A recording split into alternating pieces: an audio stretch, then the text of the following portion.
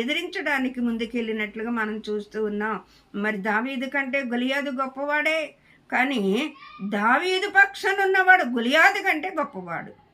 అందుకమ్మట్టి దేవుడు దావీదుకి విజయాన్ని ఇచ్చి, గొలియాదు తన చేతితో తెచ్చుకున్న తన కత్తితోటే దావీదు మరి నరికి పడేసినట్లుగా తల మనం చూస్తూ ఉన్నాం.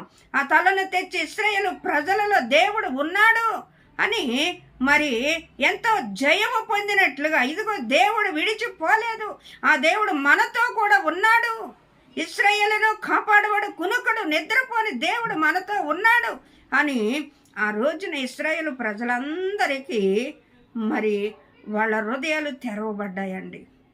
మనతో దేవుడు ఉన్నాడు, కానీ మనము భయపడిపోయాం ఆ గొలియాదుకి అని వాళ్ళ హృదయాలు అప్పుడు తెరవబడ్డాయి.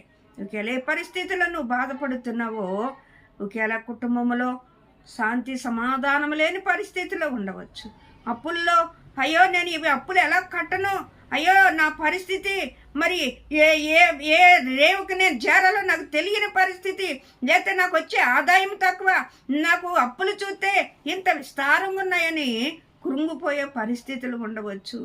అయ్యో నా బిడ్డలు పెళ్ళిడికి వచ్చారు, పెళ్లి చేయాలి, అయ్యో నా దగ్గర చిల్లు గవ్వలేదు, ఏం చేయాలి అని ఒకే ఆందోళన చెందవచ్చు. అయ్యో నాకు గృహం లేదు, నేను రెంట కట్టుకోలేకపోతున్నాను, అయ్యో నెల నెల అయ్యో నా సాలరీ అంతా రెంటకే సరిపోతుందని నువ్వు చింతించవచ్చు. అయ్యో ఇక్కడ నా కుటుంబంలో సమాధానం లేదు, ఎప్పుడు చూసినా ఏదో ఒక గొడవలే అని నువ్వు కృంగిపోతూ ఉండవచ్చు. కానీ నీ దేవుడిని నువ్వు ముందు పెట్టినట్లయితే నీ పరిస్థితులన్నిటికంటే బలమైన దేవుడు నీతో ఉన్నాడు, బలమైన దేవుడు నీతో ఉన్నాడు, శక్తిమంతుడైన నీతో ఉన్నాడు. ఆయన ఇశ్రాయేలు ప్రజలకు రక్షణ కలగచేసే దేవుడు నీతో ఉన్నాడు. ఏ రాజులను కూడా ఇశ్రాయేలు ప్రజల పక్షంగా జయమును అందనివ్వలేదండి, జయమును అందనివ్వల. ప్రతి వారి యుద్ధమునకు దిగేటప్పటికీ ఆయన వచ్చే యుద్ధము చేసేవాడుగా మనం చూస్తూ ఉన్నాం.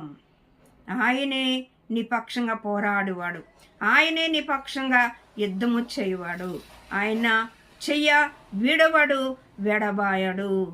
దేవుడు వాక్యం చెలవేస్తుంది. ఆయన కనికిర పూర్ణుడు కాబట్టి ఆయన నీ చెయ్య విడవడు, నిన్ను నాశనము చేయడు అని దేవుని వాక్యం చెలవిస్తూ ఉంది.